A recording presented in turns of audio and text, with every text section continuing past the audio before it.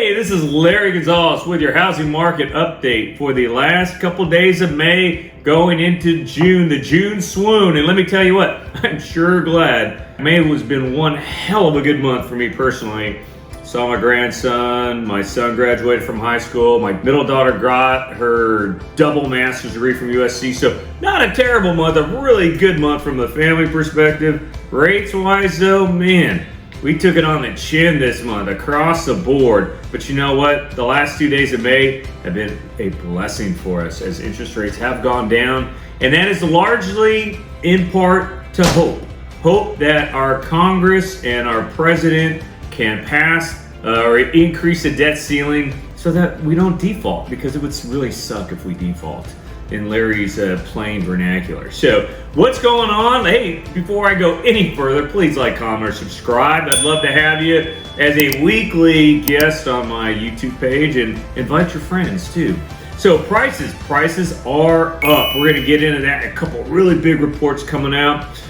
We also got inventory. Inventory's down. They don't have a lot of concrete evidence to show, but within the next week, the HBR, Honolulu Board of Realtor, the housing report for the month of May will come out, and that will give us an idea of where we are with inventory. But overall, let me tell you, inventory is not where it needs to be. Typically, inventory is going up right now because everybody's moving and getting ready to move, and that just hasn't happened. And we'll go through a little bit of that here. And then rates are down. I already talked a little bit about that. We'll get into that at the end here. So let's talk about prices. Woo-wee. I've been telling you about for the last couple months that home prices, we hit our bottom like in February, March and April, starting to turn up. Well, guess what? That's what's happening. That's what's happening right now. So Case-Shiller Home Price Index came out. This is for the month of March, so it's old news, but it's a pretty good indicator. As a matter of fact, they call it the gold standard of home price appreciation. Up 0.4% month over month. In February, it was up 0.2%. So we have a month over month increase in home price appreciation. Now, annually, we're down from 2% down to 0.6%, but we're still positive. We may get year over year into the negative here, but let me tell you, we are still in a positive month over month. We are making that turn. All right, the areas that had the greatest amount of appreciation, not really spending a lot of time on top of any leaderboard, but Detroit, New York, Minneapolis, and San Diego. San Diego is just like us. All right, the value in homes is there, the desire, the demand is there in San Diego. It's here in Hawaii as well. Annually, hey, you know what? If you're in the South, that's where it's at. That's where it's at. Miami, 7.7% year-over-year appreciation. Tampa, 4.8%, and Charlotte, 4.7% appreciation year-over-year. Why do people want to go to the South? Because it's affordable still. That's right, it's more affordable than anywhere else. Now let me tell you, home prices I know are up. I got clients who are looking in Virginia and in Florida, and they're having a terrible time getting their offers accepted because the inventory is so low, and they're getting beat by cash offers. There's no more seller credits in Florida. There's no more seller credits in Virginia. Just not happening. If you want to buy a home, you're going to have to earn it in those states because there just really is no inventory. All right, let's get into the other home price appreciation report that came out this week, and that is the FHFA, the Federal Housing Finance Agency, their home price index. And this one is a little more applicable to what we do because this one takes out all cash offers and all jumbo loans. Now, obviously, we have a lot of jumbo loans here, but for the regular Joes like you and me, we're looking at, this is our report, and it showed 0.6% appreciation month over month, which is still very good, and 3.6% appreciation year over year. Last month was 4.2%, but still really good. And here's the crazy thing. We are now 0.73% higher for our home prices now than we were at our last peak in June. That means we've had the dip is gone. All right, the home prices are going up, and it's not because there's a lot of supply, it's just there's no supply and people want to buy. All right, so those are two really big reports that came out this week. FHFA also reported quarterly appreciation, all right, positive, 45th month in a row. So since 2012, first quarter 2012, we have had positive home price appreciation every quarter. That is huge. That just shows, what happened after the housing market crashed. People stopped building homes. People started coming back slowly and slowly, but you know what? They didn't start building quick enough because builders didn't want to go back and have happen what happened before. So it's really interesting with regards to prices. Home prices are going up. Now let's talk about, I'm kind of going real quick here. Let's talk about rates. Rates Monday, Tuesday this week dropped over positive movement on the raising the debt ceiling. But you know what we also have going on? We have a lot of reports coming out that show that inflation is starting to come down. We're going to start off with the apartment list report that came out for the month of June. So the apartment list report, 0.5% increase, fourth month in a row, but overall it's flat. Look at this chart, month over month. Overall it's flat. Typically, as you go into April, May, June, you see it go up. The increase in apartment prices is going up. It's not happening, folks. It's not happening. Matter of fact, year over year, we're at 0.9%, which is the lowest since March of 2021. And we are solidly below, look at this year over year chart, solidly below pre-pandemic levels. And you know what? We could go negative on apartment price increases or rental increases. And here's the other thing. Vacancy is at 7%, which is a pretty highest since pre-pandemic. So you got some vacancies, and here's the other thing. Builders have been focusing on building multi-unit rentals in record numbers. So pretty soon, in many areas, you are not going to have a surplus, or you're not going to have a shortage of homes for rent. You're going to have a surplus, and vacancies are going to continue to go up, which means rental prices are going to go down. Why is this important for inflation?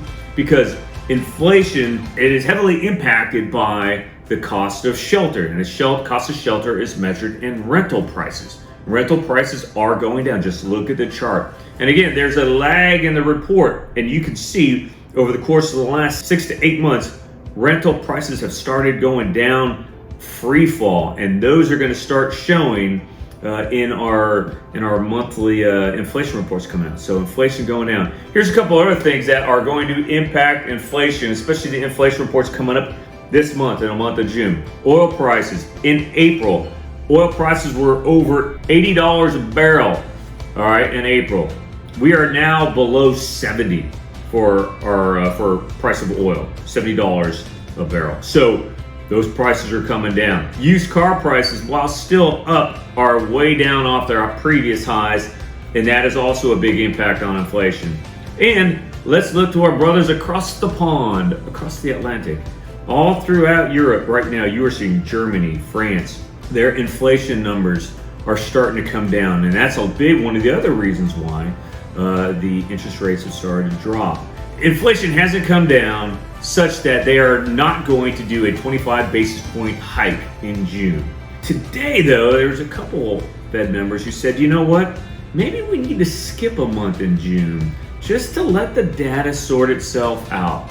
Wow, that's the first time I've really heard somebody say that in a while.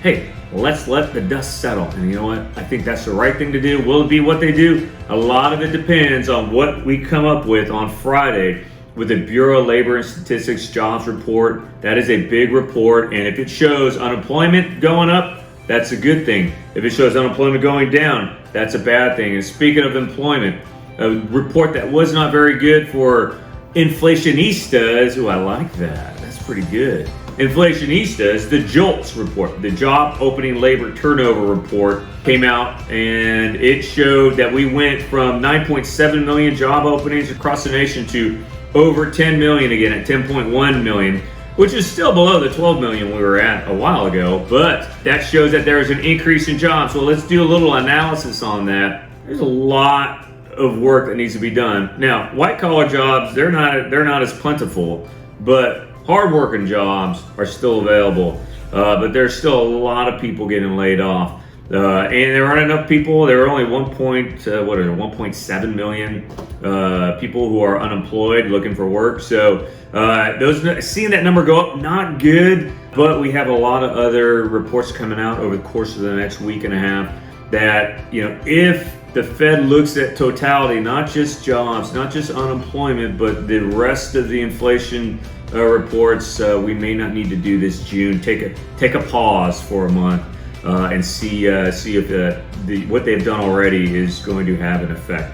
Big thing right now though is you got to get the debt ceiling raised, and hopefully by the time you see this, we will have done that, and I'll be doing my happy dance all around Oahu. So that's a lot of information I put out in very little time. What does this mean for you?